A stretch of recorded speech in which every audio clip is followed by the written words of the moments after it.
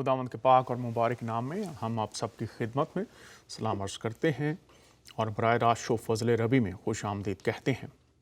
ज़िंदगी के कई रंग हैं जो हमें इस वक्त पूरी दुनिया में नज़र आ रहे हैं और ख़ास तौर पर रोहिंग्या के मुसलमान जिन पर जुल्म, ज़्यादती और दरिंदगी की इंतहा कर दी गई है। बर्मा में लाचारगी की हालत में हैं। अहले इस्लाम, मसीही, यहूदी, दीगर तमाम लोग इंसानियत के जज्बे पर सवालिया निशान है। रोहिंग्या के मुसलमान बेयारो मददगार, पाकिस्तान से हिजरत करने वाले थाईलैंड में बैठे हुए मसीही, शिया और अहमदी हजरात, पाकिस्तान से हिजरत करके इंडिया में जाने वाले हिंदू बहन भाई, उनकी हालतें लाचारी, बेबसी और किसी ऐसी हस्ती के इंतज़ार में हैं जो मज़ाहब की ऐनकें उतार कर इंसानियत के चश्मे से देख सके कि ये तमाम लोग भी इंसान हैं। अहले इस्लाम ने अभी कुर्बानी की ईद मनाई है। तमाम अहबाब को बहुत बहुत खुशियाँ मुबारक। लेकिन इस वक्त इन लोगों की जो हालतें हैं, शरीयतें हों, फ़लसफ़े हों, नारे हों, नमाज़ें हों, मराकबे हों, चर्चेज़ की घंटियाँ हों, मंदिरों की घंटियाँ हों, गुरुद्वारों में नारे हों, इन सब पर सवालिया निशान है। मुसलमान चाहते हैं कि और लोग मुसलमान हो जाएं, मसीही चाहते हैं और लोग मसीही हो जाएं, हिंदू चाहते हैं और लोग हिंदू हो जाएं, सिख चाहते हैं और लोग सिख हो जाएं। लेकिन ये जो पहले से मौजूद मसीही दर बदर मुसलमान लाचारगी में, हिंदू और सिख मुख्तलिफ ममालिक में आप और तो बनाना चाहते हैं, लेकिन मैं आज पूरी दुनिया के तमाम मज़ाहब के ठेकेदारों से, सब में अच्छे लोग भी हैं, लेकिन वो लोग जिनके ज़मीर सोए हुए हैं और जो अपने मफादात के अलावा उन्हें कुछ और नजर नहीं आता, इन रोहिंग्या के मुसलमानों का क्या कसूर है? बुद्ध मत के पैरोकारों ने उन पर जुल्म के पहाड़ ढाए हुए हैं। मसीही जो थाईलैंड में, श्रीलंका में, मलेशिया में दर बदर हैं। इसी तरह से जैसे मैंने पहले अर्ज किया, मुख्तलिफ कम्युनिटीज के शिया हैं, हमारे अहमदी बहन भाई हैं, सब इंसान हैं। इकबाल ने कहा था, है सारी खलकत कुंबा खुदा का, आदम की औलाद लेकिन हालात क्या हैं? कहते हैं और मुकाशफे आए और मुराकबे आए, और जो आ चुका है उसका अमल कितना है, इस पर सवालिया निशान है। और कभी कभी मुझे बहुत अफसोस से बहुत कुछ सुनना पड़ता है ज़ाती तौर पर भी, जब मैं ये मसीहों से कहता हूं कि आप और मसीही तो चाहते हैं कि बांजा जो पहले मसीही हैं उनकी हालत तो आपके दिल को, आपके ज़मीर को, आपके महलात को, आपकी मिशन कंपाउंड्स को हिला नहीं सकी, और आ जाएंगे तो उनका आप क्या करेंगे? इसी तरह से मुसलमानों से भी आज मैं मुखातब हूं। बड़े बड़े महल हैं, आओ सब इंसानियत का दर्द महसूस करें, इनको इंसान समझें। इससे पहले कि खुदा कादर जो इब्राहिम, इसहाक और याकूब का खुदा है हमारे अमाल को हिसाब में लाए, उससे पहले जरूर है आइए हम अपने घुटनों पर हो जाएं, अपने गुनाहों की, गलतियों की, कोताहियों की माफिया मांगें और इंसानियत को बता सकें कि कोई है जिसमें खुदा का दिल धड़कता है, जो बिला इम्तियाज, बगैर तरफदारी के सबसे मोहब्बत करता है। आज का हमारा मौजू है कुर्बानी के जरिए पैगाम इलाही, और मेरी ये दरख्वास्त है कि आज का ये शो कायलियत की रूह में देखा जाए, सुना जाए, कायलियत की रूह में कि हम अपनी बातनी हालत से वाकिफ हों, हम गुनाह के साथ किस तरह से जंग लड़ रहे हैं, अबलीस के धोखे और फरेब में किस तरह से सच्चाई से दूर लेकिन समझते हैं सच्चाई पर हैं। इसलिए जरूरी है कि हम अपनी असल हालत से वाकिफ हों, कायल हों कि खुदा इन कुर्बानियों की वजह से या कुर्बानी जो हमने की है उसके जरिया से पैगाम क्या है। अगर आप रस्म तो अदा कर रहे हैं लेकिन अगर पैगाम से वाकिफ नहीं हैं कि इसके जरिया से पैगाम क्या दिया गया है, तो फिर आप, कलाम खुदा में लिखा है, ये लोग होंठों से तो मेरी तारीफ करते हैं लेकिन दिल दूर हैं। ये रसूमात पर तो चलते हैं लेकिन जो पैगाम दिया गया है उस पैगाम से बेबहरा है। आज कोशिश होगी कि इस 1 घंटे में हम कुर्बानी में जो पैगाम इलाही है उस पर बात करें। तो मैं चंद आयात, इससे पहले कि हम आगे बढ़े, मैं मेहमानों से आपको मुतारफ करवाऊं। आइए देखते हैं पैगाम, और इसके लिए पहले एक हदीस देखेंगे। हदीस मुबारका देखते हैं, ज़ादे राह किताब का नाम है और इसमें ये हदीस है, देखते हैं। ये स्लाइड दिखा, ये किताब है ज़ादे राह, पहले भी काफ़ी दफ़ा ये किताब दिखा चुके हैं। ये ऊपर लिखा भी है, ये कोर्ट स्ट्रीट लोअर माल लाहौर, प्रोफेसर मोहम्मद अमीन जो मैनेजिंग डायरेक्टर हैं, उन मंसूरा मुल्तान रोड से छपी है। आइए इसमें देखते हैं हदीस क्या है। कुर्बानी के ज़रिए पैगाम इलाही हमारा मौजू है और आज के इस मौजू में हम देखेंगे कि हमारा खुदा जिसको हम मानते हैं, पैगाम क्या है। तो ये हदीस देखते हैं। हज़रत अली रज़ी अल्लाह ताला अन्हा नबी सल्लल्लाहु अलैहि वसल्लम से रवायत करते हैं, आपने फरमाया, ए लोगों, कुर्बानी करो, जानवरों का खून आखिरवी सवाब की नीयत से बहाओ। ख़ास नुक्ता याद रखिए, आखिरवी सवाब की नीयत से बहाओ। कुर्बानी के जानवर का खून गरचे देखने में तो ज़मीन पर गिरता और बर्बाद होता दिखाई देता है लेकिन हकीकतन अल्लाह के ख़जाने में चला जाता है। गौर कीजिए, खून बहाना सवाब की नीयत से और ये अल्लाह के ख़जाने में खून चला जाता है। कैसे जाता है ये तो पता होना चाहिए ना, तो इसके लिए पूरा बैकग्राउंड है कुर्बानियों का। अगर आप वो नहीं जानते तो आप समझ ही नहीं पाते कि ये ख़जाने में कैसे चला जाता है। हदीस में हर्स का लफ्ज़ आया है। हर्स इस संदूक को कहते हैं जिसमें आदमी अपने कपड़े वगैरह रखता है। मतलब ये कि कुर्बानी के दिन कुर्बानी करना सबसे बड़ा कार सवाब है। कुर्बानी के जानवर का खून हमारी मादी महदूद नज़र में अगरचे ज़मीन पर गिरकर बर्बाद होता, लेकिन वाक़तन जैसा कि नबी सल्लल्लाहु अलैहि वसल्लम ने खबर दी, वो खुदा के ख़जाना में चला जाता है और कुर्बानी करने वाले के लिए ज़ख़ीरा बनता है। अब अगर कुर्बानी कर रहे हैं, आप जानते नहीं कि ये सवाब की नीयत से है, ख़जाने में चला जाता है। मकसद क्या है इस ख़जाने में जाने का, खुदा के पास खून पहुंचने का? कोई पस मंज़र तो इसका होगा। तो इससे पहले कि मैं आगे बढ़ूं, मैं आपको ये किताब दिखा देना चाहता हूं। कुर्बानी का पस मंज़र जो है, ये उलमा अकेडमी पंजाब पाकिस्तान, उलमा अकेडमी में ये फ़िक़्ह की किताब है जो पढ़ाई जाती है। और ये मतबूआत औकाफ दरबार हज़रत दाता गंज बख्श लाहौर से ये छिपी है और ये उलमा अकेडमी औकाफ बादशाही मस्जिद, ये देख लीजिए, यहाँ पर लिखा हुआ है और ये फ़िक़्ह की किताब है। अब मैं आपको ले चलता हूँ, ये इसका सफ़ा नंबर 426 है। अब यहाँ पर मैं आपके सामने पढ़ूंगा, आप देख लीजिए। पस मंज़र जो है इन ईदों का वो देख लेते हैं। तो यहाँ पर लिखा है, यानी हज़रत सल्लल्लाहु अलैहि वसल्लम जब मदीना में तशरीफ़ लाए तो देखा कि वहाँ के लोग 2 दिन खेल तमाशे में गुजारते थे। हुज़ूर सल्लल्लाहु अलैहि वसल्लम ने दरियाफ़्त फरमाया कि ये दिन क्या हैं? उन्होंने कहा कि हम जाहिलियत के आयाम यानी क़बल अज़-इस्लाम से इन 2 दिनों में खेल तमाशे किया करते थे। 2 दिनों में खेल तमाशे किया करते थे। रसूल अल्लाह सल्लल्लाहु अलैहि वसल्लम ने फरमाया कि अल्लाह ताला ने इन आयाम के बदले में, ये जो खेल तमाशे करने वाले 2 दिन हैं, वाज़ेह है, इन आयाम के बदले में इनसे बेहतर 2 दिन यौम अज़हा और यौम अल-फ़ितर अता फरमाए हैं। तो ये पस मंज़र है कि किस तरह से ये आगाज़ हुआ है इन ईदों का। तो इस पर गौर कर लीजिए, जो भी लोग पढ़ते हैं पस मंज़र का पता होना चाहिए। आइए आगे बढ़ते हैं हम। अब कुर्बानी में जो पैगाम है वो क्या है वो हम देखेंगे।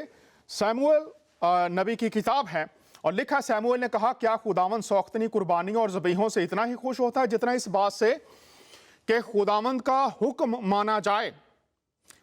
अगली बात बहुत वाज़ेह है, देख, फरमाबरदारी कुर्बानी से और बात मानना मेंढों की चर्बी से बेहतर है। मुआजना किया गया है यहां पर कि फरमाबरदारी खुदा का हुक्म मानना यह बराबर है, लेकिन बेहतर इसमें यह है कि फरमाबरदारी कुर्बानी से और बात मानना मेंढों की चर्बी से बेहतर है।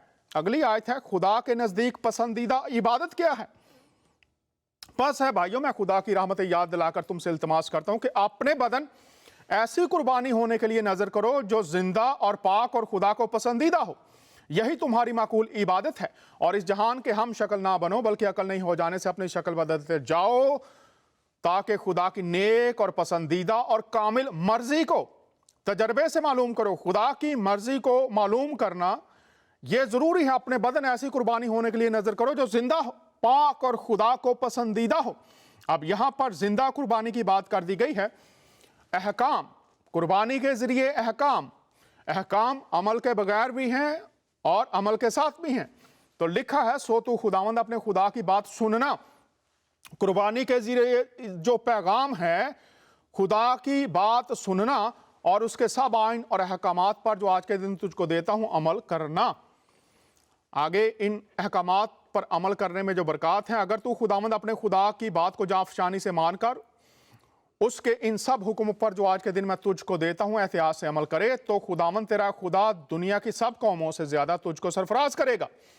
खुदा के हुक्म मानने से सरफराजी आती है और लिखा है, सब कौमों से ज्यादा सरफराज करेगा अगर तू हुक्मों पर जाफशानी से अमल करेगा। आगे देखते हैं कि हुक्म जो दिए गए हैं उनमें कामयाबी किस तरह से है। यही राह है कामयाबियों की, खुदाई कामयाबियों की। यहां पर लिखा है, यशवा की किताब है, सो तू फक्त मजबूत और दलेर हो जात, एहतियात रख कर इस सारी शरीयत पर अमल करे जिसका हुक्म मेरे बंदा मूसा ने तुझको दिया, इससे ना दाहिने हाथ मुड़ना और ना बाएं, ताकि जहां कहीं तू जाए तुझे खूब कामयाबी हासिल हो। खुदा की तरफ से कामयाबी कि जो हुक्म दिया है इस पर अमल करना। शरीयत की यह किताब तेरे मुंह से ना हटे, बल्कि तुझे दिन और रात इसी का ध्यान हो, ताकि जो कुछ इसमें लिखा है इस सब पर तू एहतियात करके अमल कर सके, क्योंकि तब ही तुझे इकबालमंदी की राह नसीब होगी और तू खूब कामयाब होगा। फरमाबरदारी कामयाबी की राह है। अब हम देखते हैं कि खुदा के कलाम के मुताबिक यीशु मसीह जब इस दुनिया में आए तो उनके लिए भी कुर्बान होने का लफ्ज इस्तेमाल किया गया है, उनकी कुर्बानी की बात की गई है। इसमें क्या बात है, अभी इस पर भी बात करेंगे, तो पहले पढ़ लेते हैं। उसी मर्जी के सबब से हम यीशु मसीह के जिस्म के एक ही बार कुर्बान होने के वसीला से पाक किए गए हैं। मसीह के कुर्बान होने के वसीला से पाक किए गए हैं, क्योंकि हक की पहचान हासिल करने के बाद अगर हम जानबूझकर गुनाह करें तो गुनाहों की कोई और कुर्बानी बाकी नहीं रही। इस आयत में हक की पहचान हासिल करने के बाद हक को जानना जरूरी है। तुम सच्चाई से वाकिफ होगे और सच्चाई तुमको आजाद करेगी। तो अगर हक की पहचान है तो फिर लिखा है, गुनाहों की कोई और कुर्बानी बाकी नहीं रही। अगली आयत कुरान से देख लेते हैं। क्यों कलाम को समझना जरूरी है, उसको जानना जरूरी है, कायलियत की रूह में आना जरूरी है। जानते बूझते हुए भी ना जानना, इसके बारे में सूरह अल-नहल और उसकी 70 आयत है। अल्लाह ताला ही ने तुम सबको पैदा किया, वही फिर तुम्हें फौत करेगा। और तुम में ऐसे भी हैं जो बदतरीन उम्र की तरफ लौटाए जाते हैं कि बहुत कुछ जानने बूझने के बाद भी ना जाने। बेशक अल्लाह ताला धना और तवाना है। इस आयत की कोई भी तफसीर पूरी दुनिया में किसी की भी पढ़ लीजिए, इसमें जो अहम बात है वो है इंसान का बुढ़ापे की तरफ जाना। लेकिन ये तशबीह भी है मुख्तलिफ अदवार की कि जब लोगों तक खुदा की बातें पहुंच जाएंगी तो वो जानने बूझने के बाद भी ना जाने। ये एक हालत है कि खुदा की तालीम जब पहुंच जाए तो जानते बूझते भी उसको कबूल ना करना, ऐसे बन जाना जैसे नहीं जानते। तो ये कुरान में मुख्तलिफ कौमों का अहवाल है, बाइबल में मुख्तलिफ कौमों का अहवाल है, तालीमात पहुँचने का अहवाल है, और ये तशबीहन भी है कि लोग ऐसी हालत में आ जाएंगे कि वो सही तालीम की बर्दाश्त ना करेंगे। ये भी अनाजील में आया है। सो मेरे साथ दो मेहमान भी हैं, उनसे भी आपको मुतारफ़ करवाता हूँ, लेकिन कुर्बानी का मफ़हूम पहले बता दूँ। जैसे मैंने कहा, सीखना ज़रूरी है। कुर्बानी से आम मुराद ये ली जाती है कि खुदा की राह में हलाल जानवर को ज़िबा करना। आम जो मतलब लिया जाता है, ज़बीहा, सदका, भेंट चढ़ाना, और एक और जो इससे लिया जाता है मतलब वो है एसार करना, या दूसरे को नफ़ा पहुंचाने के लिए अपना नफ़ा छोड़ना, इवज़ी बन जाना। लेकिन जब इसको दीनियात, मजहबी मानों में लिया जाता है, तो इससे मुराद ये है, कुर्बानी से मुराद ये है ऐसा हदिया जो देने वाले और कबूल करने वाले को करीब कर दे। ऐसा हदिया जो देने वाले को और लेने वाले को कुर्बानी में करीब आना, कुर्बत पाई जाती है। और जो अटोनमेंट लफ्ज़ इंग्लिश में इस्तेमाल हुआ है, जिससे मुराद है एक हो जाना, और अबरानी और यूनानी में अगर आप, अरबी में और अबरानी में अगर आप देखें तो इससे मुराद है ढांपना। कफारा लफ्ज़ इस्तेमाल हुआ है, ढांपना, किसी चीज़ को, गुनाहों को ढांपना। अगर आप पैदाइश की किताब में किस्सा आदम और हवा पढ़ें तो पत्तों से उनको ढांपा गया, उनके बदनों को ढांपा गया, और फिर एक जानवर ज़िबा करके कपड़े पहनाए गए। तो उस तरफ नहीं जाना चाहता, वो एक और पहलू है इसका। लेकिन कफारा ढांपना, कुर्बानी से कुर्बानी करने वाला और जिसके जो कबूल करने वाला है उनका करीब आ जाना, जो जुदाई है, जो फासला है, उसका मिट जाना। लेकिन ये जुदाई, ये फासले कैसे पैदा होते थे, मुहर्रिकात क्या थे, अभी हम इस पर भी बात करते हैं। तो मेरे साथ जो पहले मेहमान हैं उनसे मुतारफ़ करवाना चाहता हूं। पेशे के लिहाज से डॉक्टर हैं और दर्स व तदरीस में, ख़ास तौर पर इल्म इलाही में खुदावंद ने उनको बहुत बरकत दे रखी है। पूरी दुनिया में मैं मुख्तलिफ जो बाइबल टीचर्स हैं, दीगर मज़ाहब के लोग हैं, उनसे मुलाकात होती रहती है।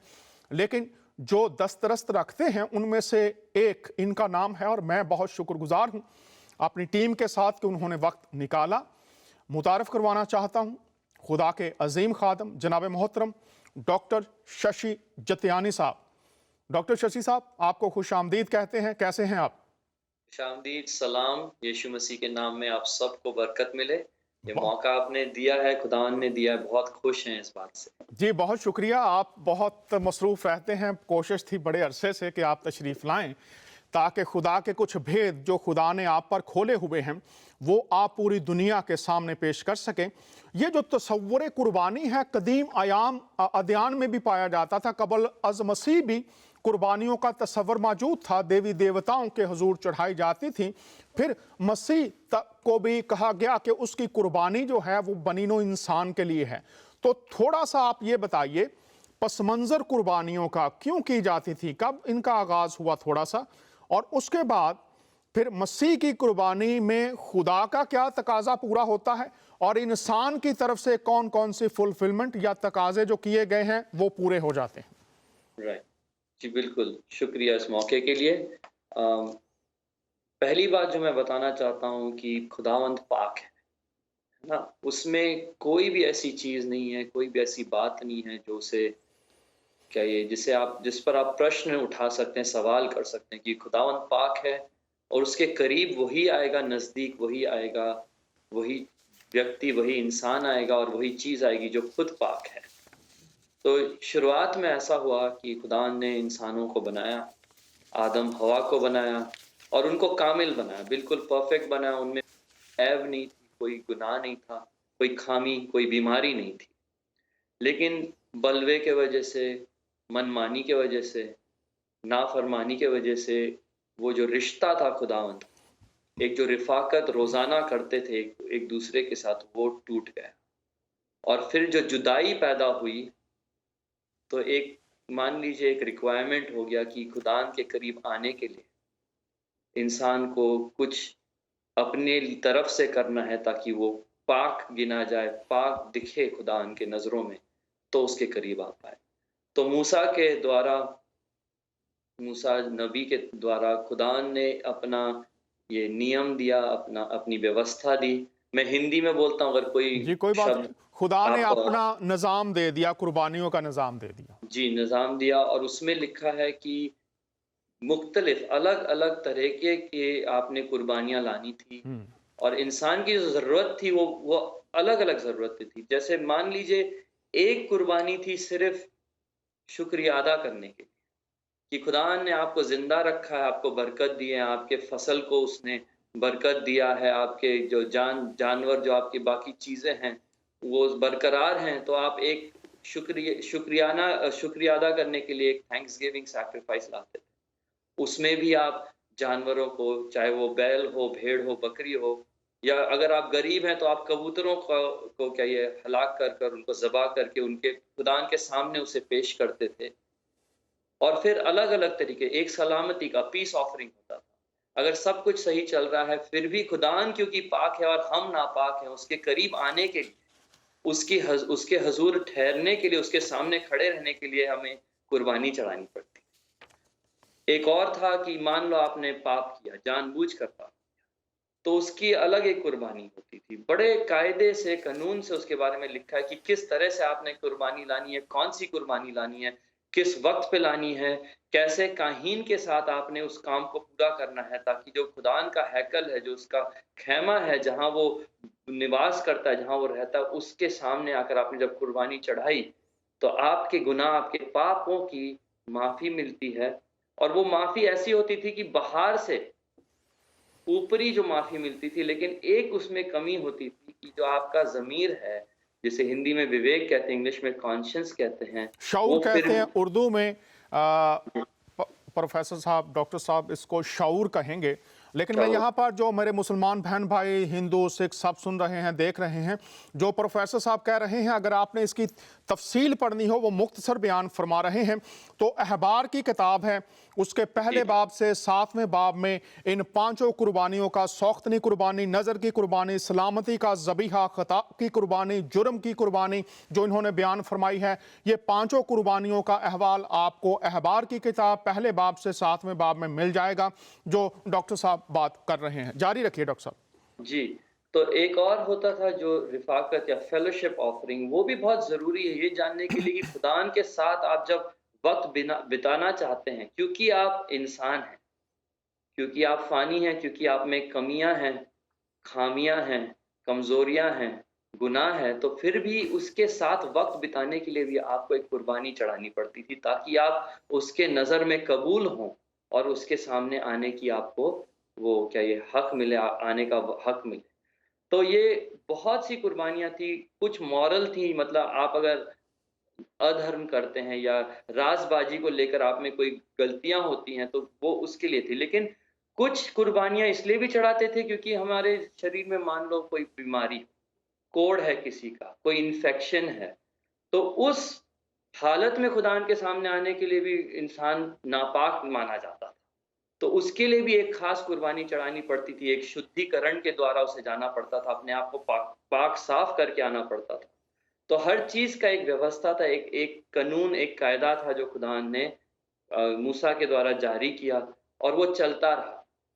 तो ये था ओरिजिनल प्लान, ये जो खुदा ने बनाया कि किस तरह इंसान ने बलवा किया है, उसने गुनाह किया है, फिर भी उसको मैं अपने करीब कैसे आने का हक दूँ, एक रास्ता बनाया खुदा ने इन सारी कुर्बानियों के द्वारा। लेकिन आप देखिए, इससे जो एक बात है पूरी नहीं हुई, वो हमारे जो विवेक की बात है, जो हमारा कॉन्शियस है। मैं फिर से वो शब्द भूल रहा हूँ, जी, वो लफ्ज़ शऊर, शऊर, हमारा शऊर। शऊर जो है हमारा, इंसान को बार-बार वो दोषी ठहराता है, अंदर से जो है फीलिंग आती है गिल्ट। तो गुनाहगार ठहराता है। जी, बिल्कुल, गुनाहगार ठहराता है और आपको लगता है कि सब कुछ करने के बावजूद आपने कायदा-कानून माना है, फिर भी खुदान आपसे खुश नहीं। वो जो रिश्ता टूट गया है, वो जो जो आपका एक एक कनेक्शन जो है वो बिखर गया है, वो फिर से कायम नहीं हो पा रहा है। और ये सिलसिला चलता रहा जब तक खुदा ने एक और रास्ता नहीं मुहैया किया, वो उसने खुद अपने बेटे खुदावंद यीशु मसीह को भेजा इंसानी रूप में। तो 33.5 साल तक यीशु मसीह इंसानी जिस्म में इंसानों की तरह रहे हैं इस धरती पर, इस ज़मीन पर, और उन 33.5 सालों में यीशु मसीह ने एक बार भी पाप नहीं किया, गुनाह नहीं किया। ना अपने सोचों में, ना अपने लफ्ज़ों में, ना अपने कर्मों में। यीशु मसीह ने बिल्कुल कभी भी कोई पाप नहीं किया। इस बात को इतिहास के किताब भी तस्दीक करते हैं और खुदान के कलाम में भी साफ-साफ लिखा है कि उसने कोई पाप नहीं किया। और ये बात बहुत ज़रूरी है जानने के लिए कि जो कुर्बानियाँ खुदावंद ने माँगी थी पुराने करार में, मूसा के द्वारा, वो ये थी कि आप जो कुर्बानी लाते हैं वो बेऐब होनी चाहिए। उसमें कोई भी कमी-घटी नहीं होगी, क्योंकि अगर उसमें कमी घटी है तो फिर वो कुर्बानी जो है एक्सेप्ट नहीं होगी, उसे खुदावंद स्वीकारेगा नहीं, वो रिजेक्ट हो जाएगा और आपका जो जो आपकी जो कोशिश है करीब आने की वो हट जाएगी, उसे फिर से दोबारा करना पड़ेगा। तो वहाँ काहीन होता था, जो आपकी कुर्बानी, जो जानवर आप लाते थे, उसे देखता था, उसे परखता था। वो देखता था कि इसमें कोई बीमारी है क्या? क्या ये लूला है, ये लंगड़ा है, पिंगला है? ये सब बाहरी बातें वो इसलिए देखता था कि वो अंदरूनी जो अंदर की जो पाकीज़गी को ज़ाहिर करती थी। तो यीशु मसीह का निष्पाप होना, बेगुनाहगार होना बहुत ज़रूरी था और 33.5 साल बहुत लंबी उम्र होती है। उसमें यीशु मसीह ने उस वक़्त में एक बार भी अपने सोचों तक में उन्होंने कभी भी गुनाह नहीं किया। तो आखिर में ऐसा हुआ कि यीशु मसीह पर गलत इल्ज़ाम लगाया गया और उनको मारा गया। सलीबी मौत उन्होंने बर्दाश्त की, बहुत तशद्दुद से ही उन्होंने टॉर्चर किया गया, उनको कोड़ों से मारा गया, सर पे काँटों का ताज उनके डाला गया ताकि फिर उनका लहू बहा, उनके शरीर का एक-एक कतरा बहा है, पानी और लहू उनके शरीर से निकला है, तो फिर जाके वो कुर्बानी पूरी हुई है। और क्योंकि वो बेगुनाह थे, वो पाक थे, तो ये कुर्बानी खुदान के नज़र में कबूल हुई, उन्होंने इस कुर्बानी को अपनाया है और हमारे तरफ से जितना भी रिक्वायरमेंट था, जो खुदान ने रखा था मूसा के द्वारा, हर चीज़ को यीशु मसीह ने पूरा किया है। अब ज़रूरत नहीं है कि आप अलग-अलग मुख्तलिफ़ कुर्बानियाँ लेकर आएँ, चाहे वो सलामती का हो या कोई और हो, चाहे वो गुनाह के लिए हो, कुछ भी हो। यीशु मसीह का जो आप अगर उसका विवरण पढ़ें, डिस्क्रिप्शन पढ़ें कि किस तरह उनको मारा गया, निष्पाप बेगुनाह होने के बावजूद, जो-जो बातें यीशु मसीह ने सही हैं, वो सारी बातों को उन्होंने पूरा कर दिया, जो रिक्वायरमेंट था लॉ का हमारे लिए। तो जब यीशु मसीह मर गए, तो वो मान लीजिए कामिल कुर्बानी हो गई और उनका लहू जो बहा, उनका खून जो बहा है, वही बना है हमारे निजात का कीमत। क्योंकि खुदान के कलाम में और दुनिया के हर शास्त्र में आप इसको पा सकते हैं कि बिना खून बहाए कफ़ारा नहीं दिया जा सकता, रिडेम्पशन नहीं हो सकता, आपको पापों से छुटकारा नहीं मिल सकता, गुनाह आपके माफ़ नहीं हो सकते बिना खून जी, बहाए। यहाँ पर प्रोफेसर डॉक्टर शशि साहब रोकूंगा मैं। अभी जो हदीस नाजरीन आपके सामने पढ़ी गई है जी, कि खून जमा होता है खुदा के खजाना में, डॉक्टर शशि साहब अब इस बात को खोल रहे हैं, इसका पस मंजर क्या है, कैसे इस हदीस को समझा जाएगा। और ये है बात जो अभी मोहतरम डॉक्टर साहब इस बात को खोल रहे हैं। तो शशि साहब जारी रखिए। जी। तो हमने जो लेविटिकस की किताब से पढ़ा था, लेवी से पढ़ा था हमने, जो मैं उर्दू वर्ड भूल रहा हूँ उस किताब का। जी जी, बिल्कुल। तो अहबार या नाम आपने अहबार की बताया। किताब। हाँ, अहबार की किताब में ऐसा लिखा है कि जब कुर्बानी लाते थे तो जो उसको कुर्बान करने वाला वही होता था जिसने गुनाह किया है। लेकिन एक बार उसने कुर्बान किया तो वो काहीन को, वहाँ के जो हैकल में जो खिदमात करते थे, उनको वो खून पेश करते थे। वो खून ले जाकर वो खुद लगाते थे उस ऑल्टर पर, उस वेदी पर, उस मज़बे पर। तो वो लगाना बहुत ज़रूरी था क्योंकि एक हिसाब से वो खून जो है कीमत अदा करती। तो ये सिलसिला जारी रहा पुराने करार में, लेकिन खुदान के कलाम में लिखा है जब यीशु मसीह कुर्बान हुए, फिर वो जब जी उठे हैं तीसरे दिन, तो उन्होंने अपने लहू को लेकर इंसानी इस ज़मीन वाले ख़ैमे में नहीं गए, वो स्वर्ग के ख़ैमे में चले गए और वहाँ उन्होंने अपने खून को पेश किया है। और क्योंकि वो खुद कामिल थे, खुद निष्पाप थे, बेगुनाह थे, उनका खून जो है बिल्कुल बेगुनाह खून, वो स्वर्ग के ख़ैमे में, जन्नत के ख़ैमे में वहाँ उन्होंने पेश किया है, तो वो पूरा जो है कीमत, अदा कर दिया गया है। अब ज़रूरत नहीं है कि बार-बार जानवरों को मारा जाए, बार-बार वो खून पेश किया जाए ताकि वो जमा होता रहे। अब उसकी कोई ज़रूरत नहीं है क्योंकि यीशु मसीह ने अपना खून इस कदर बहाया है और उसे ऐसे पेश किया है कि बीते दिनों में जिन्होंने गुनाह की है, उनके लिए भी उन्होंने कीमत अदा कर दी है। इन दिनों जो भी गुनाह कर रहे हैं, उनके लिए भी कीमत अदा हो चुकी है और आने वाले दिनों में अगर कोई गुनाह करता है, तो उसकी भी कीमत एक कुर्बानी के द्वारा हमेशा-हमेशा के लिए यीशु मसीह ने खुद अदा कर दी। बहुत शुक्रिया डॉक्टर साहब। लेकिन सवाल ये है कुछ लोगों का जी, कि एक शख्स की कुर्बानी से सारी दुनिया के इंसानों के गुनाह माफ हो सकते हैं, ये कुछ अकल में बात आती नहीं है। तो क्या जी। कहेंगे? तो देखिए, चलिए इसका इतिहास देखें कि शुरुआत में क्या हुआ। हम्म। एक इंसान के गुनाह की वजह से, जो हम्म। हमारे पूर्वज आदम हैं, हम्म। एक इंसान के गुनाह की वजह से हर इंसान जो उसके बाद पैदा हुआ है, वो गुनहगार पैदा हुआ है। खुदान के कलाम में लिखा है, नबी दाऊद, राजा दाऊद ने खुद लिखा है इस बात को कि मैं अपने माँ के कोख से जब जन्मा हूँ, तो मैं गुनहगार जन्मा। हम्म। मतलब इससे पहले कि आप में सही गलत की तमीज़ हो, इससे पहले कि आप क्या कुछ कर पाएँ अपने मन मर्ज़ी से, आप ऑलरेडी पहले से ही पैदाइशी गुनहगार माने जाते हैं खुदान के कलाम और उसके नज़र में। तो अगर एक इंसान के गुनाह की वजह से पूरी सब इंसानों के ऊपर गुनाह आ गया है, तो एक कामिल कुर्बानी के द्वारा यीशु मसीह को दूसरा आदम भी कहा जाता है इसी वजह से कि पहले आदम के वजह से सब पर गुनाह आया, दूसरे आदम के रास्तबाजी से उसकी पाकीज़गी की वजह से और उसकी कुर्बानी के द्वारा सब इंसानों का जो है कीमत अदा कर दिया गया है और अब वो बच गए हैं अगर उन्होंने यीशु मसीह पर ईमान डाला है, माफ़ी मांगकर उससे पाकीज़गी खुद अपनाई है और फिर जो है निजात के हकदार बने। हेलो। जी। जी, बहुत शुक्रिया। लेकिन ये लोग कैसे समझें इस बात को? ज़ाती तौर पर कहाँ से वो मालूमात लें, कहाँ पर वो पढ़ें, क्या वो जानें, किस तरह से जानें? क्या रिकमेंड करेंगे आप? बाइबल का कौन-सा हिस्सा है जो पूरी दुनिया के इंसानों को पढ़ने की ज़रूरत है, ताकि वो वाकिफ़ हो जाएँ? बाद में उस पर ईमान लाना या ना लाना उनकी अपनी मर्ज़ी है। तो कोई ऐसी आयत या बाइबल का कोई ऐसा हिस्सा आप बताना चाहेंगे लोगों को?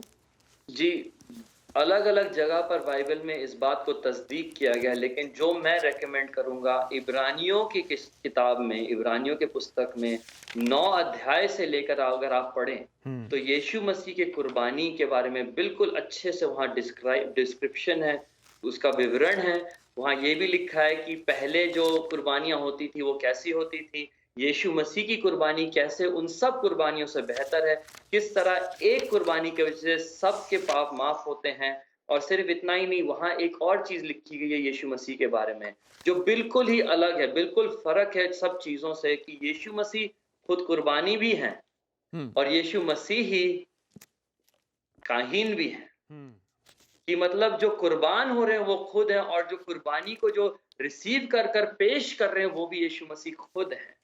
तो यीशु मसीह के अंदर जो काबिलियत पाई जाती है वो किसी और शख्सियत में नहीं पाई जाती क्योंकि पुराने करार में जब काहीन खड़ा होता था, इज़राइल कौम के गुनाहों के लिए वो सालाना एक बार खड़ा होता था, उससे पहले उसे खुद अपने गुनाहों के लिए माफ़ी माँगनी पड़ती थी, खुद कुर्बानियाँ चढ़ानी पड़ती थी क्योंकि वो खुद इंसान, फ़ानी गुनहगार इंसान होता था जो काहीन होता था उन दिनों।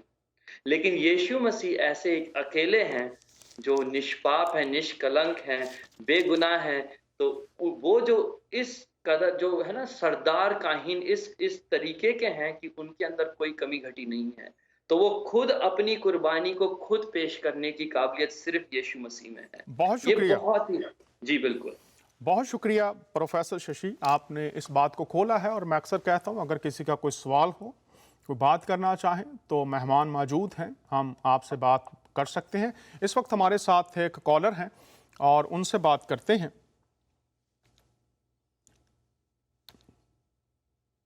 जी, आपको खुश आमदीद कहते हैं बराह रास्त शो फजल रबी में। अगर ऑनलाइन है तो बात कीजिए। हमारे साथ एक दूसरे मेहमान भी हैं, उनसे भी आपको मुतारफ़ करवाना चाहता हूँ। और उनके बारे में भी ये कहूँगा कि वो भी खुदावंद की खिदमत में अरसा दराज से मसरूफ़ अमल हैं और खुदा के खादम हैं। पूरी दुनिया में खुदावंद उन्हें भी इस्तेमाल कर रहा है। जनाब मोहतरम पास्टर नदीम डीन साहब, पास्टर साहब खुश आमदीद, कैसे हैं आप? जी, बहुत शुक्रिया। मैं खुदावंद में ठीक हूँ, आपकी सलामती चाहता हूँ, खुदावंद आपको बरकत दे। इसी तरह ब्रदर शशि के लिए भी कि खुदावंद उनके भी साथ हो। बहुत शुक्रिया जनाब। अब उन्होंने यीशु मसीह की कामिल कुर्बानी को हमारे सामने पेश किया है। जी, अब आपसे ये सवाल है कि ये जो मसीह की कामिल कुर्बानी है, अगर कोई इसको कबूल नहीं करता तो वो कौन सी बरकत खो सकता है, कौन सी नुकसान की हालत में जा सकता है, और अगर कोई कबूल करता है तो उसके लिए कौन सी बरकत हैं और कौन से खुदा ने वादे फरमा रखे हैं। इन दो बातों पर रोशनी डालिएगा। हाँ जी, सबसे पहले तो ये एक बड़ा खूबसूरत मौजू है कि कुर्बानी। और मैं समझता हूँ कि अ, आज इस दुनिया में बहुत सारे मज़हब ऐसे हैं जो कि सिर्फ़ और सिर्फ़ अमली तौर पर या इल्म जो है जो उनको मिला उस पर अमल करते हैं। और जब राब्ता खुदा के साथ नहीं होता तो बहुत सारी बातें हम जो रूहानी हैं, जो खुदाई हैं, उनको हम पीछे छोड़ देते हैं। पास्टर नदीम साहब, अब आपसे दरख्वास्त करूंगा कि थोड़ी देर के लिए यहीं से जारी रखिएगा। कॉलर हमारे साथ हैं, इनसे बात कर लेते हैं। ये आपको खुश आमदीद कहते हैं बराह रास्त शो फजल रबी में। आप ऑन एयर हैं, बात कीजिए। जी सर। सर मेरा क्वेश्चन ये है कि ये जो मुसलमान ईद मनाते हैं, कुर्बानी करते हैं हज़रत इब्राहीम की मतलब सुन्नत पे उसको कंटिन्यू करने के लिए, क्या उसमें इस क्रिश्चियन लोग जो है वो इस कुर्बानी को किस तरह से देखते हैं? पहला क्वेश्चन ये है। और दूसरा क्वेश्चन ये है, वो टॉपिक का नहीं है लेकिन मैं करना जरूर चाहूंगा कि बर्मा में मुसलमान जिस तरह से मर रहे हैं और जिस तरह से उन पर जुल्म हो रहा है, ठीक है, आप लोग मसीही लोग कोई उसमें मतलब कोई प्रोटेस्ट नहीं कर रहा है। एक वो मजहब को ना देखें कि वो मुस्लिम मर रहे हैं, आप एक इंसानियत को तो देखें कि इंसानियत मर रही है। कोई मीडिया, कोई टीवी, कोई चैनल दुनिया का उसको कवर अप नहीं कर रहा, उसको मतलब कोई कंट्री प्रोटेस्ट नहीं कर रहा, ठीक है, वो लोग मर रहे हैं, ठीक है ना, और इस बारे में कोई बंदा कुछ नहीं बोल रहा। इसकी क्या वजह है? क्या आप लोगों का फोकस क्रिश्चियन मतलब जो मीडिया है सारा, या आप लोगों का जो मकसद है वो सिर्फ क्रिश्चियंस को प्रमोट करना है और क्रिश्चियंस की हिफाजत करना है, या इंसानियत की हिफाजत करना है, या इंसानियत के खिलाफ जो चीज होती है उसको प्रोटेस्ट करना है? मुझे ये इस चीज का आंसर चाहिए प्लीज, मेहरबानी। आपका नाम मोहतरम और कहाँ से बात कर रहे हैं, अगर आप बताना चाहें? सर मेरा नाम फरीद अजमल है और मैं कनाडा से बात कर रहा हूँ। मैं रेगुलर कॉलर हूँ, पहले भी कॉल करता रहता हूँ अक्सर।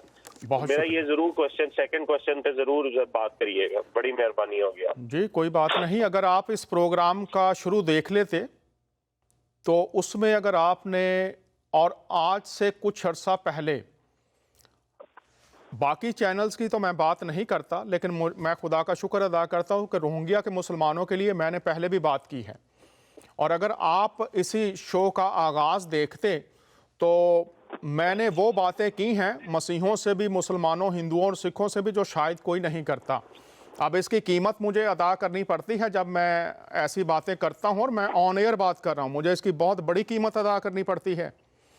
मुख्तलिफ तरह से महाज खुल जाते हैं खिलाफ, लेकिन चूंकि मैं किसी से डरता नहीं हूँ खुदा के अलावा, और मुझे ये पता है कि यीशु मसीह के बारे में कि उसकी मोहब्बत तरफदारी के साथ नहीं है।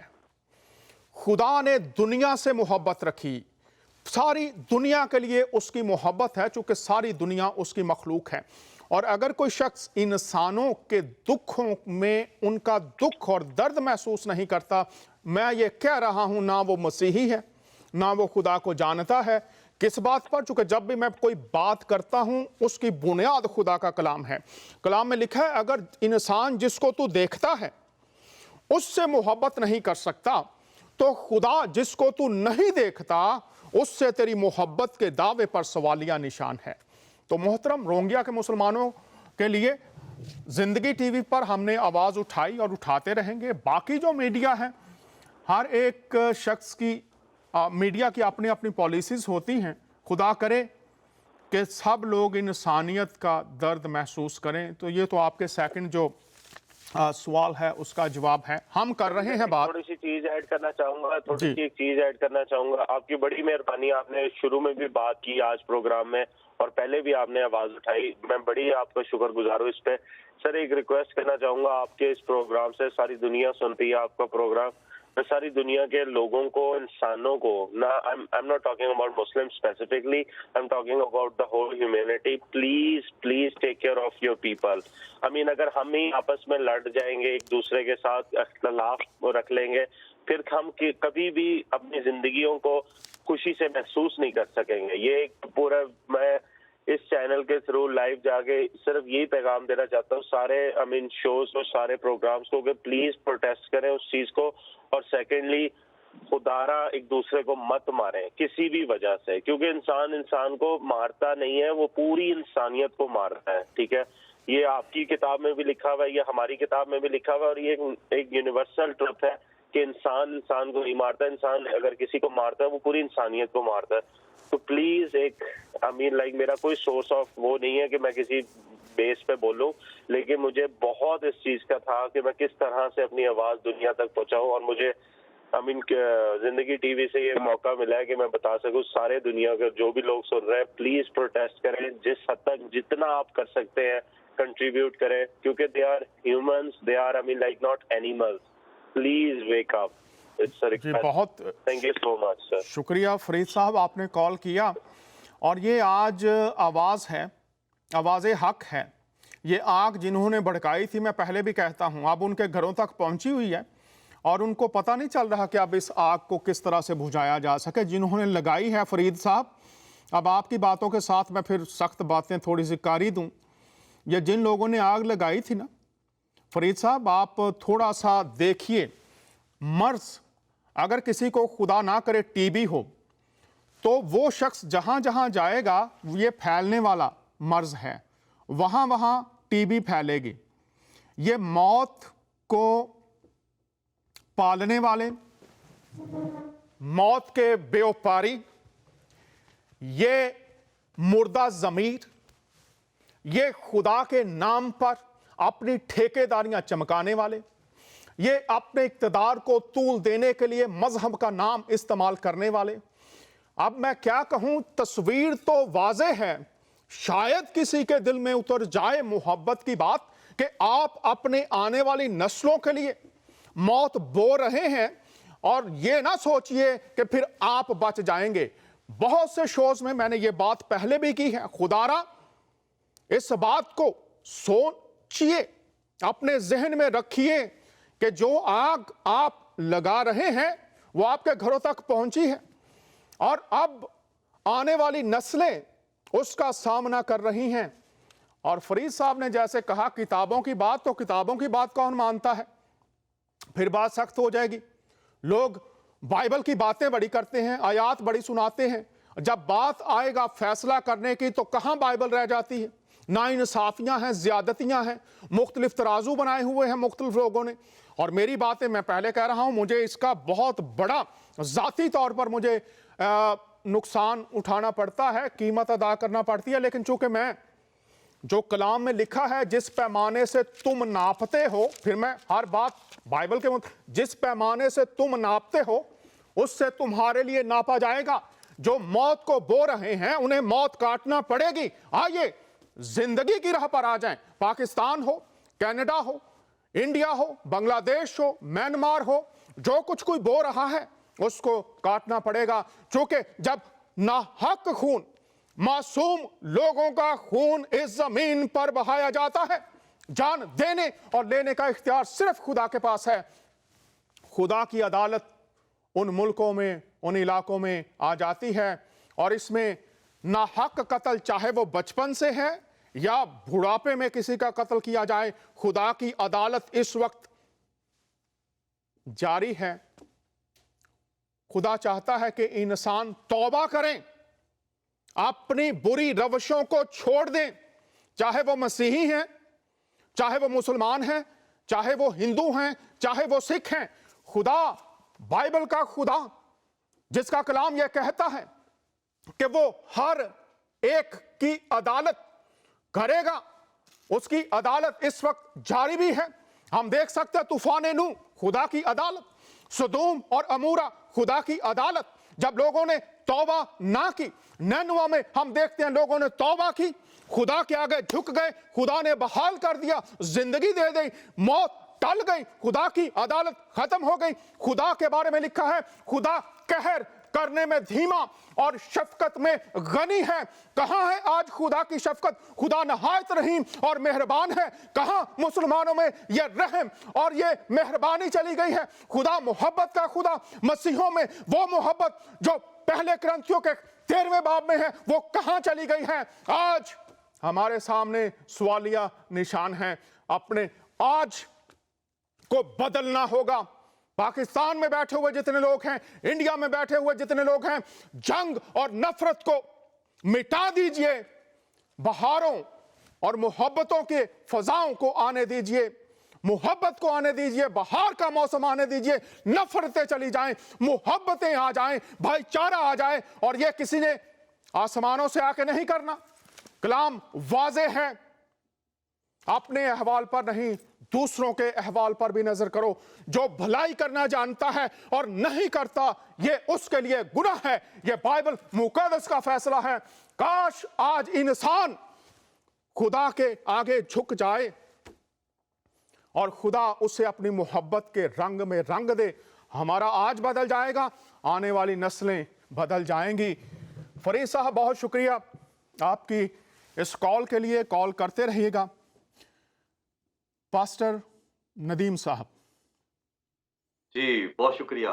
खुदावंद आपको बरकत दे। और मैं समझता हूँ भाई, आपने जब कॉल की, आपको इतना टाइम मिला है इस मीडिया पर कि आप अपनी आवाज पहुंचा सके। तो जिंदगी टीवी का तो ये काम है कि जहां हो सके वहां तक जिंदगी पहुंचाई जाए। तो खुदावंद आपको भी बरकत दे, इस मीडिया को भी बरकत दे।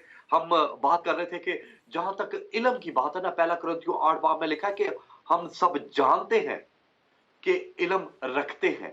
इल्म जो है ना, वो हमारे अंदर एक गुरूर पैदा करता है, गुरूर पैदा करता है। लेकिन मोहब्बत तरक्की का बाइस बनती है। अगर हम तरक्की चाहते हैं तो फिर हमारे अंदर मोहब्बत होनी चाहिए, और मोहब्बत होगी तो जो काम अभी हो रहा है वहां पर कत्लो गारत, इस पर भी जो मजहबी रहनुमा है, जो करने वाले हैं, वो गुरेज करेंगे और वो इससे दूर रहेंगे। और ये आज की हमारी जरूरत भी है। और खुदा के कलाम में लिखा है कि खुदा मोहब्बत है। खुदा ने दुनिया से ऐसी मोहब्बत रखी कि उसने अपना इकलौता बेटा बख्श दिया, ताकि जो कोई उस पर ईमान लाए हलाक ना हो बल्कि हमेशा की जिंदगी पाए। और एक बड़ी खूबसूरत आयत है, यूहन्ना 1 बाब उसकी 29 आयत। देखो, ये खुदा का बर्रा है। यीशु मसीह आसमान से ही खुदा का बर्रा बन के आया ताकि वो हमारे लिए एक कामिल कुर्बानी दे सके। और जब उसकी कुर्बानी पर ईमान रखते हैं और हम उसके साथ मिलकर चलते हैं, और खुदा के कलाम में बहुत ज्यादा तौर पर लिखा है कि जो उसको कबूल नहीं करता, जो उस पर ईमान नहीं लाता, वो खुदा की बादशाहत से दूर रहता है। तो खुदावंद सुनने वालों को इस इल्म से के अंदर रहकर अपने उस इलाही बातों को, जो खुदा की रूहानी बातें हैं, उनको उनके अंदर उजागर करे और उस रोशनी में उनको आगे चलाए, ताकि हम सिर्फ जो दुनियावी तालीम है उससे आगे निकल के तो हम खुदा की जो मर्जी है उसको पूरा कर सकें। बहुत शुक्रिया पास्टर नदीम साहब, बहुत शुक्रिया। अब मैं यहाँ पर यह बता दूँ कि आखिर ज़माना की ये निशानी है कि मोहब्बत ख़त्म हो जाएगी, तबई मोहब्बत भी ख़त्म हो जाएगी। लेकिन इसका जवाब कहाँ दिया गया है? ये मोहब्बत अगर किसी ने पानी है, ये मोहब्बत अगर किसी ने पानी है तो ये किस तरह से आती है जो खुदाई मोहब्बत है। तो इसके लिए रोमियो का ख़त है, 5वां बाब है, और उसमें लिखा है, और उम्मीद से शर्मिंदगी हासिल नहीं होती, क्योंकि रूहुल कुद्स जो हमको बख्शा गया है उसके वसीले से खुदा की मोहब्बत हमारे दिलों में डाली गई है। उसके वसीला से खुदा की मोहब्बत हमारे दिलों में डाली गई है। वसीला मोहब्बत क्या है? पानी किस दरिया से आएगा? पानी किस कुएं से आएगा? उसका मंबा कहाँ है? किस चश्मे से पानी लिया जाएगा? तो पूरी दुनिया के इंसानों के लिए बाइबल मुकद्दस इन आखिर जमाना में यह पैगाम हम तक पहुंचा रही है। अब यह रूहुल कुद्स जो मोहब्बत देता है, इसको पाया कैसे जा सकता है? इसके बारे में कलाम खुदा में बहुत वाज़े लिखा है माल की किताब में कि तौबा करो, यीशु मसीह को खुदावंद कबूल करो, तो ये रूह तोहफा में तुमको मिल जाएगा। और सूरह अल हदीद उसकी 27वीं आयत में इस बात को खोल दिया गया है कि ये शफकत, ये मोहब्बत जो इंसानों में पैदा नहीं हो सकती, खुदाई मोहब्बत वो कैसे पैदा होती है। आप मौलाना फतेह मोहम्मद जलंधरी और मौलाना अशरफ थानवी का तर्जमा पढ़िए। ये मोहब्बत जिसकी बात की गई है, जिसकी कमी है, वो कैसे आ जाती है। इसके लिए कुरान ने राह दिखा दी है। कुरान ने वाज़े तौर पर जिस शख्सियत की तरफ इशारा किया है कि वो मोहब्बत पैदा हो जाती है, मेहरबानी पैदा हो जाती है, जिसका जुबानी इकरार किया जाता है वो नहायत रहीम और मेहरबान है, लेकिन उसके पैरोकारों के अंदर ये नहायत रहीम होने वाली सिर्फ और मेहरबानी वाली सिर्फ आ कैसे सकती है। दुनिया में मोहब्बत आ कैसे सकती है।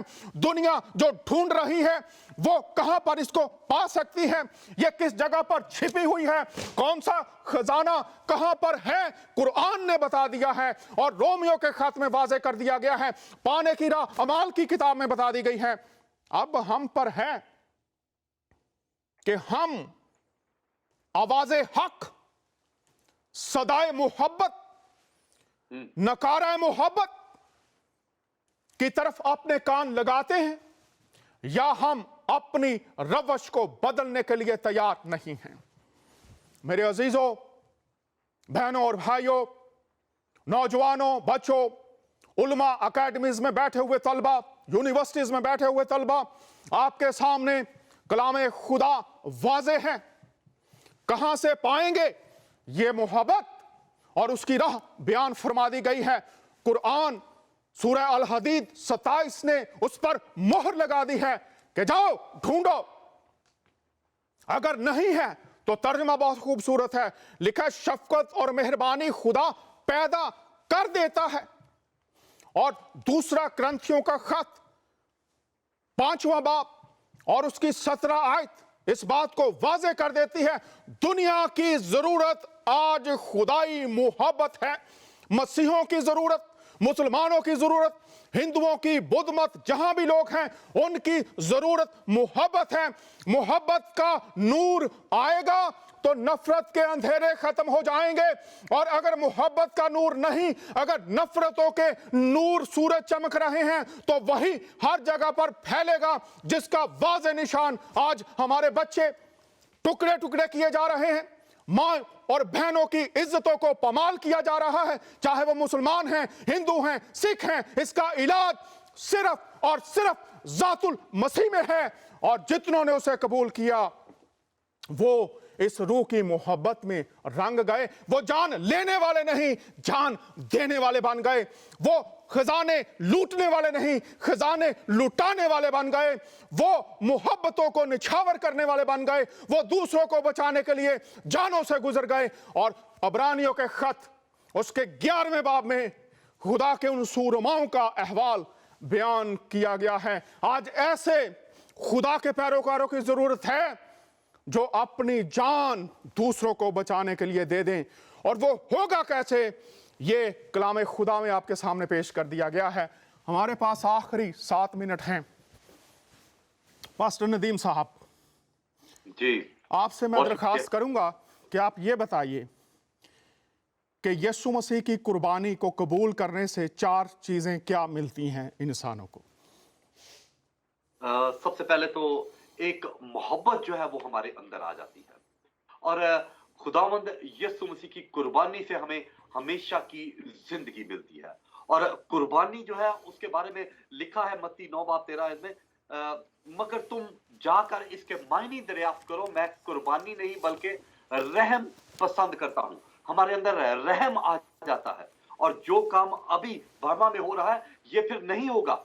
मेरे ख्याल में वो लोग यीशु मसीह को नहीं जानते, वो खुदा के कलाम से वाकिफ नहीं है, और जब कोई शख्स खुदा के कलाम से वाकिफ नहीं, वो रहम करना जानता नहीं, बहुत वो शुक्रिया, अपनी जिंदगी से वाकिफ नहीं। बहुत शुक्रिया।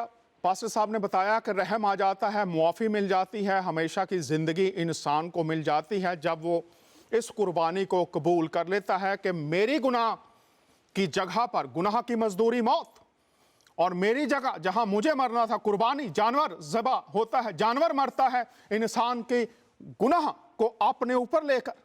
तो यीशु मसीह की कुर्बानी को कबूल करने से गुनाहों की मुआफ़ी और हमेशा की ज़िंदगी मिल जाती है। पास्टर साहब, एक जल्दी से और सवाल आपसे कि लोग पूछते हैं हमें कुर्बानी का गोश्त खाना चाहिए या नहीं खाना चाहिए। 2 मिनट आपके पास हैं। जी, मैं नहीं समझता कि हमें ये गोश्त खाना चाहिए, क्योंकि पहला कुरिन्थियों 10 बाब में बड़ी खूबसूरती के साथ खुदावंद के जिंदा कलाम में लिखा है कि जो कुर्बानी गैर कौमें करती हैं, शयातीन के लिए कुर्बानी करती हैं, शयातीन के लिए, ना कि खुदा के लिए। जो चीज हो ही शयातीन के लिए, बुत परस्ती के लिए रही है, वो कैसे हम खा सकते हैं? और उसको खाने से हम तो शरीक हो जाते हैं, और हमें इस दुनिया में रहते हुए अबलीस के साथ शरीक नहीं होना, बुत परस्ती के साथ शरीक नहीं होना, बल्कि जो जिंदा खुदा है, खुदा का बर्रा जिसने हमारे लिए अपनी जान दी, हमें तो उसके साथ शरीक होने की जरूरत है। और जब वो हमारे लिए अपनी जान देता है, कुर्बान होता है, तो फिर हमारे ऊपर कुर्बानी देने का जो एक जिम्मेदारी है वो खत्म हो जाती है। बहुत शुक्रिया। जब बर्रे ने कुर्बानी दे दी तो हम पाक हो गए। बहुत शुक्रिया। पास्टर नदीम हमारे साथ थे, डॉक्टर शशि जतियानी हमारे साथ थे जो अपना वक्त निकालते हैं। डॉक्टर शशि, आपसे दरखास्त, अगर आखिरी कोई बात आप करना चाहें, 1 मिनट आपके पास है। जी बिल्कुल। एक भाई साहब ने फ़ोन पे पूछा था कि इब्राहिम ने जो कुर्बानी की थी अपने बेटे की, उसको मसीह लोग किस नज़र से देखते हैं। तो मैं बताना चाहूँगा कि इब्राहिम ने जो कुर्बानी की थी अपने बेटे इसहाक की, और उसे कुर्बानी देनी नहीं पड़ी, वो उसके लिए एक टेस्ट था, एक परीक्षा थी। तो खुदावन ने वो एक परछाई के रूप में यूज़ किया था, ताकि बाद में आने वाले वक्त में यीशु मसीह वो कामिल कुर्बानी बने। तो आज हम उस कुर्बानी को याद नहीं करते जो इब्राहिम ने की, क्योंकि एक और बेहतर और कामिल कुर्बानी हमारे सामने है, और वो यीशु मसीह की कुर्बानी है। बहुत तो शुक्रिया। उस कुर्बानी को हम याद करते हैं, उसे मनाते हैं, और इस बात से हम बिल्कुल सहमत हैं कि गुनाहों के माफ़ी के लिए कुर्बानी ज़रूरी है। बहुत शुक्रिया। वो जो कुर्बानी थी वो आने वाली कुर्बानी की तैयारी थी, जो पुराना अहदनामा है, अक्स है नए अहदनामे का, कि खुदा मुहैया करता है। वहां पर जो बात बयान की गई बर्रा देकर कि खुदा कुर्बानी मुहैया करता है, और जब यूहन्ना बपतिस्मा देने वाले ने खुदावंद यीशु मसीह को देखा तो उसने यही बात की थी कि देखो खुदा का बर्रा अब मसीह मुहैया किया गया है, जैसे इब्राहिम के लिए बर्रा मुहैया किया गया और वो तो वहां पर जला दिया गया। उससे मुराद ये थी कि मुकम्मल सुपुर्दगी। अब यीशु मसीह को देखकर यूहन्ना कहता है देखो खुदा का बर्रा जो सारे जहान के गुनाह उठा ले जाता है, और जो कोई उस पर ईमान लाएगा हरगिज शर्मिंदा ना होगा। आमीन। बहुत शुक्रिया दोनों पासबान मेरे साथ, और आइंदा भी मेरे साथ रहेंगे। अगले हफ्ते भी डॉक्टर शशि हमारे साथ ही होंगे। मौजू बहुत अहम है, यीशु मसीह और दीगर खुदाओं में फ़र्क।